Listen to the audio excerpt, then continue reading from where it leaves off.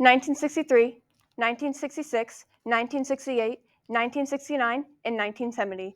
These are the years of a multitude of murder victims. This serial killer is sought out, who is still unknown to this day, and most likely will not be known by his name, but by his symbols and cryptograms. Today, I will be going over the Zodiac killer's many cases, his kills, and the main suspects.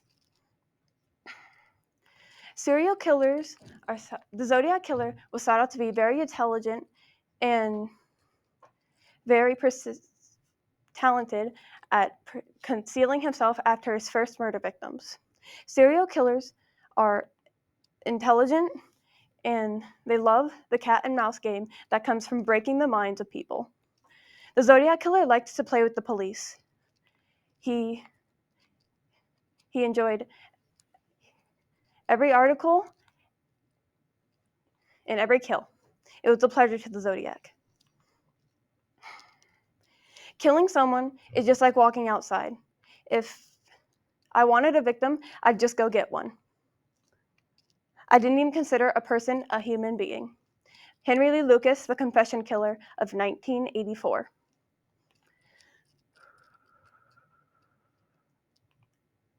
Okay.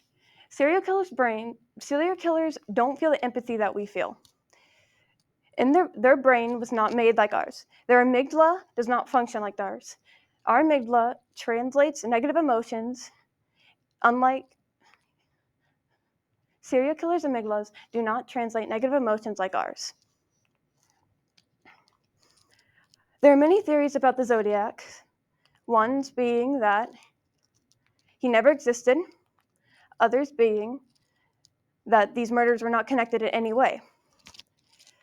There's also theories that the Zodiac killer was more than one person due to the different handwriting seen in his cryptograms and letters. All these theories will never be made true, or proven wrong because the Zodiac killer has not and probably will never be caught. The Zodiac killer has claimed that he has 37 victims, but there have only been 9 official kills and 2 survivors of these attacks.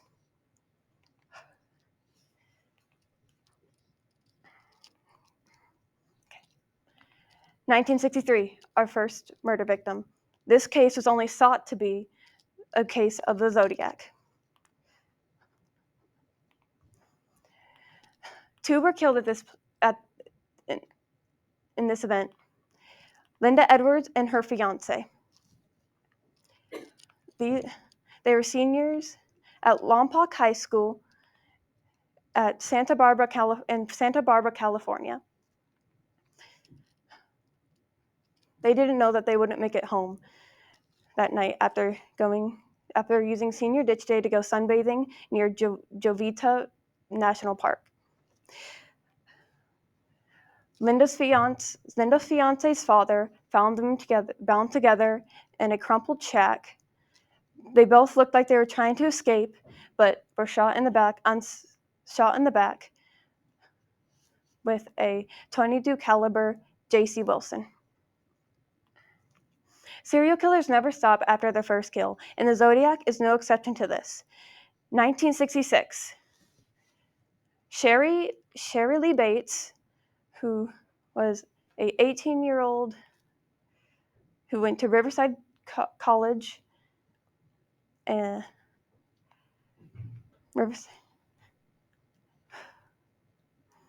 to Riverside College. She left late night on October 30th, 1966, going to the RCC, or her college library. She left her father a note saying that she would be back and that she was going to the RRC. Sherry's car on October 31st, 1966, was found abandoned at the library, her body being found in an alley between 2 houses. It is reported that near the crime scene, that there was found a Timex men's watch and military print boot. Sherry was stabbed multiple times until her killer slashed her throat.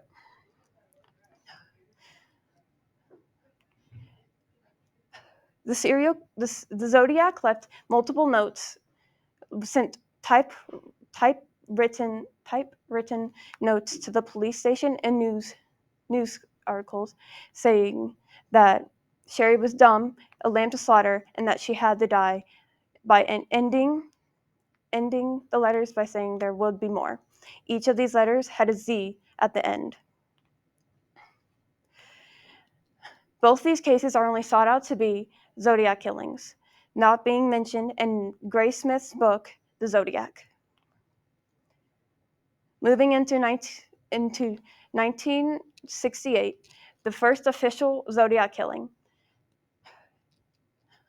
David Faraday and Betty Lou Jensen, both Scholar High School students, went on a date late night near Herman Lake. It was reported that outside of Gate 10 there was a hard-top four-door Chevy Impala parked outside of Gate 10.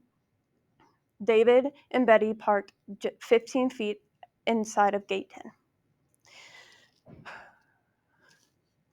The Zodiac went up to the passenger side window, telling David and Betty to get out. When refused, he went to the back right rear window, shooting out the window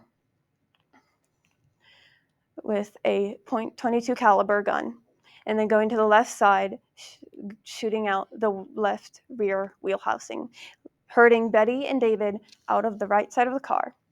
This leading to the Zodiac being able to go behind David and shooting him behind his head, behind his left ear. Betty ran away unsuccessfully, ending up 28 feet away from David's rear bumper, being shot 5 times in a perfect X.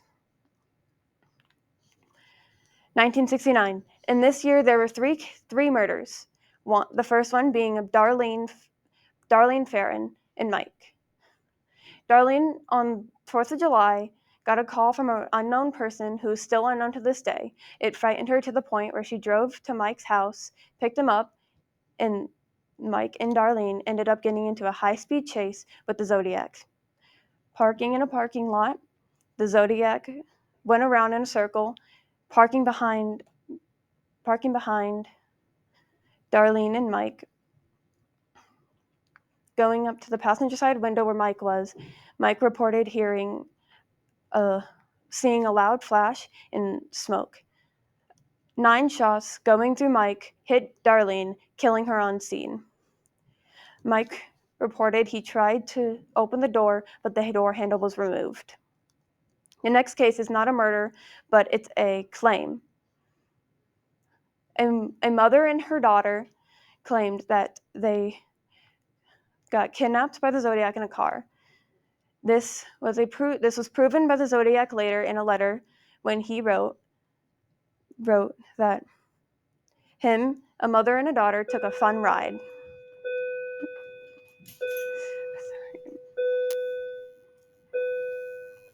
The last case in 1969 is of Paul Steen, who was a taxi driver. He was found shot and killed behind a building in an alleyway. Into our last year, 1970, here we have not an official case of the Zodiac, but a sought out to be. Here we have a kidnapping of a young lady at Jovita National Park. The police never fully investigated her case and just threw it into the pile of Zodiac kills. 12 people, 8 scenes, 9 dead, and an estimated 2,500 suspects. The only suspect that will pop up with research is Arthur Lee Allen. The Zodiac killer's name was never pointed to him due to there not being enough research. The Zodiac killer, from 1963 to 2023, the Zodiac killer is still unknown to this day and will most likely never be found. If he is still alive, he knows that his reputation and murders are all a mark on the San Francisco detective's case. He may not be known, but he will forever be known, not by his name, but by his symbols and cryptograms.